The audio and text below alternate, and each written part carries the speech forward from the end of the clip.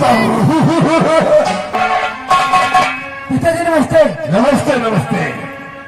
वाह बेटे वाह, हमारा बेटा बहुत बहुत संस्कारी हो गया है। बहुत आदर करना, सम्मान करना बहुत कुछ से किया कि बेटे? पिताजी ये बता इस वक्त हमारे पास किस लिए आया?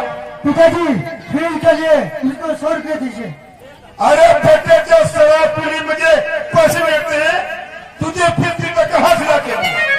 देख, पढ़ाई की बात हो और जो मैं कहूँ उस बात को ध्यान दे। कौन सी बात है? बताता हूँ।